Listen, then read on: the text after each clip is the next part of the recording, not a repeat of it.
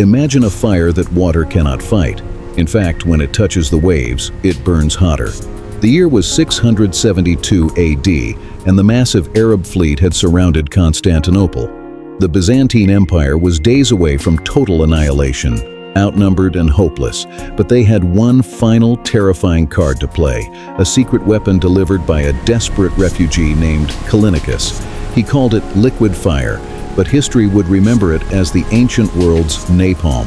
When the Byzantine ships approached the enemy fleet, they didn't fire arrows. Instead, bronze lion-headed tubes mounted on their decks unleashed a pressurized stream of liquid death. It was a nightmare scene.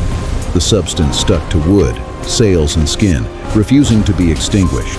It turned the sea itself into a boiling inferno, forcing enemy sailors to choose between burning alive or drowning in flaming water. This weapon was so devastating that it saved the empire for another 500 years. But here is the true mystery. The formula was considered a divine state secret, guarded with absolute paranoia. The recipe was compartmentalized so that no single person knew the whole truth. One worker knew the sulfur, another the quicklime, another the resin.